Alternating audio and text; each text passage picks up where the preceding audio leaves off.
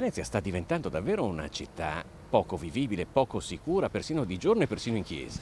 Direi di sì, e questo fenomeno non riguarda più solo Mestre, riguarda anche Venezia e il centro storico, e quindi è necessario intervenire al più presto.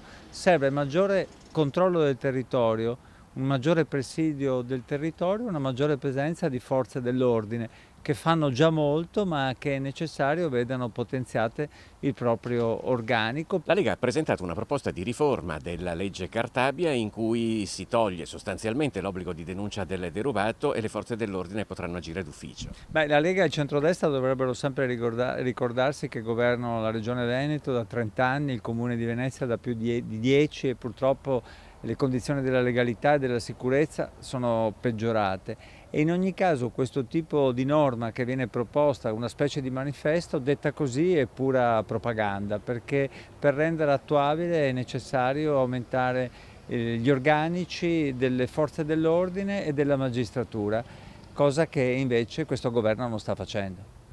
Una decina d'anni fa Luigi Brugnaro si era presentato in campagna elettorale mettendo la sicurezza al primo posto tra i suoi obiettivi. Che bilancio si può fare un decennio dopo? Direi un bilancio assolutamente fallimentare, perché le condizioni della sicurezza per i cittadini non sono migliorate. Ma non lo dico io, basta girare per Mestre.